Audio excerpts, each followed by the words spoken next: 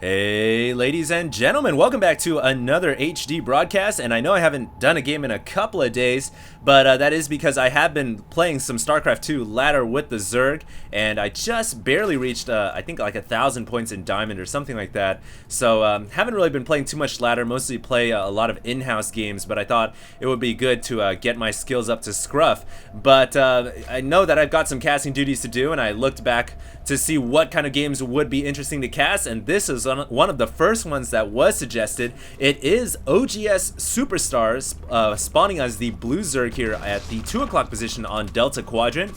And so, as you guys already know, OGS, a registered Korean pro gaming team, so this is going to be a Korean versus Korean game on the Asian servers, and his opponent is going to be HuHuman, which has spawned as the red Protoss down in the bottom right-hand position.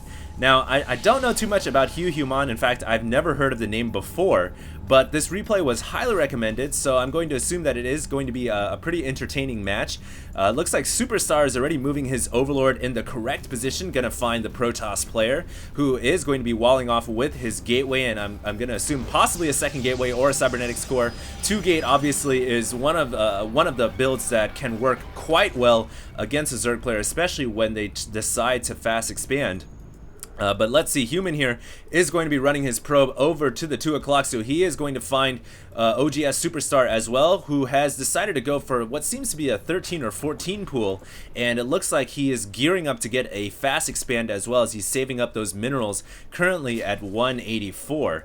Meanwhile, oGs.SuperStar has now just gotten his Overlord looking over the Protoss base, and he does see that single Gateway and the pylon, so he knows now where the Protoss player has spawned, and it looks like oGs.SuperStar is going to be going for that fast expansion as well. So there it goes, plopping down that hatchery. Spawning pool is about to morph out. We don't have any gas quite yet, so I don't think we're going to be seeing any kind of a fast speed or fast tech. Just going to be seeing the Zerg player Superstar drone up as heavily as possible. He's getting a single pair of Zerglings, which is wise to ward away the scouting probe as well. And we do not have a secondary gateway going up for humans, so he's not going to be going for a 2-gate pressure. He is going to be going for a pretty standard 1-gate, 1 Cybernetics Core, getting that assimilator, and we'll see what kind of tech the Protoss player Human decides to go for to combat the Zerg player, who is just now getting that extractor down. He's been droning up. He should have relatively just behind the Protoss player, because of course when you go for that fast expansion, you're gonna throw away 300 minerals, which could have been drones, and the Protoss player has chrono boost. So typically the Protoss does have about 4 or 5 more harvesters than the Zerg at this point in the game, but that does even out as the game continues to progress. Superstar here almost getting his Zerglings inside the Protoss base, but a Stalker coming out just in the nick of time to close off that gap, and it looks like Human is going to pressure the Protoss player here, realizing that the Zerg does not have any speed upgrade or really any Zerglings at all, has a single Stalker here, can outrange the Queen. And it looks like he does have a second Stalker on the way as well, and Human here is going to try to do as much pressure as he possibly can with his dual Stalkers. He can snipe out these Zerglings, and he can snipe out the Queen with proper micro, but as that creep continues to push out, that is going to help the Zerglings keep up with the Stalker, even though they do not have the metabolic boost. And it looks like the Stalkers here are going to continue to snipe out the Zerglings. One Stalker's shields have been completely depleted, but Human here should be just fine with proper micro. Back at the Zerg base, he is getting a Roach Warren. The Stalkers continuing to keep that pressure on. No Spine Crawler for Superstar. He is researching metabolic boost, but it is only halfway done, and a third Stalker on the way, but it looks like this is going to be enough Zerglings to push Human back. Human here is going to have to get back into this gap between his Gateway and his Cybernetics Core and close that off. Otherwise, the Zerg is just going to flood into the Protoss Nexus. Meanwhile, Human here has decided to go for a robotics facility, and he's also gotten a Twilight Council as well. Very interesting. He does have a second gateway, so 2 gates straight into Robo and then Twilight Council. 2 obviously very different tech paths, but I think what the robotics facility is going to be used for here is a quick observer, because right now Human has no idea what Superstar is up to. He doesn't even know there's a Roach Warren up, and so he has no idea. Could it be Mutas coming? Could it be Roaches or Hydras? So I think he's going to get an observer. No, he's going to be getting a Warp Prism, and he's going to be getting Blink. So I like this play actually from Human. Originally what I was going to say is you could get an observer and then get Blink out of the Twilight Council to abuse the perimeter terrain against Zerg, but a Warp Prism would work equally as well. You can get the Warp Prism to spot the high ground, warp in units, and you can still blink with the Stalkers below. And because this map is Delta Quadrant, it's very difficult for a Protoss player to engage the Zerg at the center where it's wide open, especially if the Zerg controls this central Xel'Naga watchtower. The Zerg really wants to engage at the center of the map, whereas the Protoss wants to try to abuse this terrain right here. So I think this is a wise choice from Human. He's chrono boosting that blink out. He's getting a third gateway down, so he's going to have 3 gateways warping in Stalkers, and soon he's going to have that blink technology, and he does have an observer as well as a Warp Prism. Looks like the Warp Prism's already out on the field, has a probe, so he's going to try to warp in a pylon right here just above the high ground overlooking the Zerg natural, and look for that pylon to come in just at any time right now. There it goes, the pylon warping in, and this is going to help Human harass and attack the Zerg player immensely. He also has quite a few Stalkers right now. Superstar still doesn't know if there is blink. Looks like no, he does see the Twilight Council. He did move that Overlord in to see that, so he knows that the Stalkers now have blink,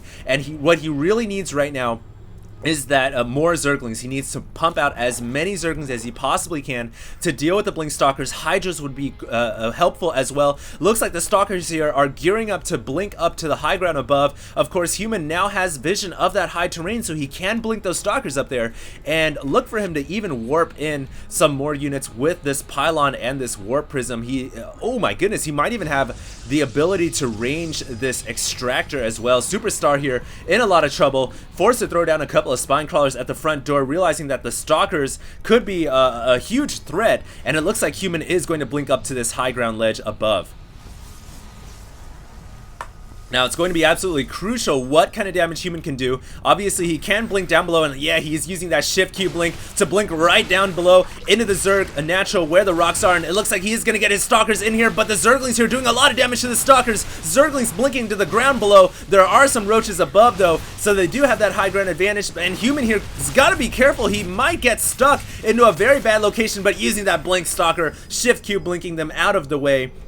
And it looks like he is going to keep the majority of his Stalkers alive, and Stalkers are fairly good against Roaches. They do that plus 14 damage armored versus armored, and really right now Superstar's got to be careful. He does have some Hydras, and Hydras are fairly good against Stalkers. Human here has got to try to blink back across over to the natural, really abusing the terrain against the Zerg, and this is what I was talking about. Protoss players want to fight on the perimeter of Delta Quadrant, whereas Zerg wants to engage at the center, and it looks like those Superstar might have enough Hydras and Lings to finally ward this away. He's got to keep units up here as well as down here, though, and more Stalkers coming in for Human. Human here keeping the pressure on. It looks like the Zerg player, though, has just a couple more Harvesters, and it looks like he is going to be able to finally surround the Protoss ball. No, Human here still pushing forward, using a Transfuse on some of the Hydras right there, but the Queen falls, and oh my goodness, Superstar here in a lot of trouble. He's forced to pull drones off the line to fight against these Stalkers. Some Roaches coming out to help battle the Stalkers and push them away,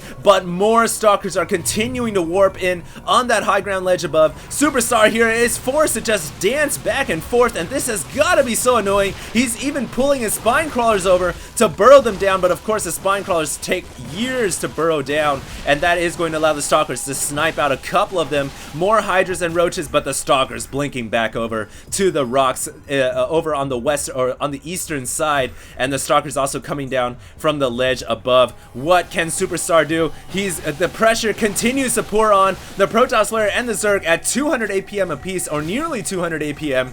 It looks like on the production tab we have robotic support bay going down, which means that the Protoss player is going to try to get some Colossi out, and the Colossi are going to help immensely against the Zerg around, especially if he can continue to abuse this terrain where the Colossi can walk up and down, up and down. We also have Glio Reconstitution, which does mean the Roaches are going to try to get that speed to help mobilize between the natural and the main. The Stalkers still coming back in, and beautiful force fields going down on the ramp to prevent the Zerg from coming to reinforce. Looks like a lone sentry just kind of walked up and dropped down 2 force fields, and Superstar here could possibly lose this natural hatchery. This is going to be absolutely huge. The hatchery falls. Human's just gonna blink right away. What a hit and run maneuver from the Protoss player, and the Zerg here is absolutely confuzzled right now. His income here is gonna take a huge hit for losing that natural expansion, whereas the Protoss player has just now secured his own natural at the backdoor rocks. He's looking quite strong indeed, getting his Colossus out right now, as well as a secondary Warp Prism just to help mobilize his army, and it looks like Human is going to continue to control this terrain behind the Zerg player's forces. He's currently Superstar at 79 reinforcements, 79 food, and the Protoss player at 111 supply. Looks like they're going to blink right back into this Zerg natural and try to snipe it down once again, and I'm not quite sure what the Zerg player can do. It looks like, though, the Protoss forces weren't focused firing the hatchery. You're gonna just blink right back up to the ground above, and the Superstar here is forced to dance. It's like Human is holding a pistol to the Zerg player's feet and just shooting him and forcing him to just dance around, chase the Protoss player, and it looks like the Stalkers are just gonna blink right back up to the ground above.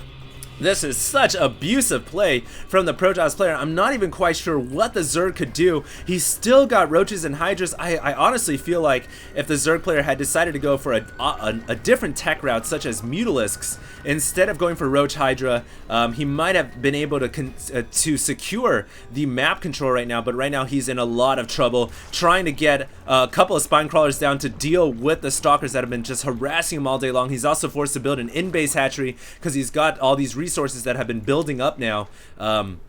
And the Protoss player still has a full map control, has Colossus out on the field now, is getting that upgrade, which is so crucial. The extended thermal lances make the Colossus so much more powerful. Without the thermal lances, Colossus are relatively weak because it can get sniped out by the Hydras, but with that thermal lance, gonna make them a lot more difficult to deal with. And it looks like a Guardian Shield going up to fortify the Stalkers and the Colossus, and a massive battle going on here as the Hydras, pure Hydras for Superstar, even forced to pull drones off the line. The Colossus is just burning them to a crisp, and it looks like oGs.SuperStar here is going to possibly lose this game right now. Human here just pushing forward and abusing the terrain to the max. It looks like it's gonna be close, but the Colossus remains alive, and a couple of force fields. Oh, the Colossus falls. A secondary Colossus coming in. But what I wanted to say was, it looks like Human is probably going to take this game with those force fields to help keep his forces alive, and Superstar leaves the game. Human here taking a very quick victory.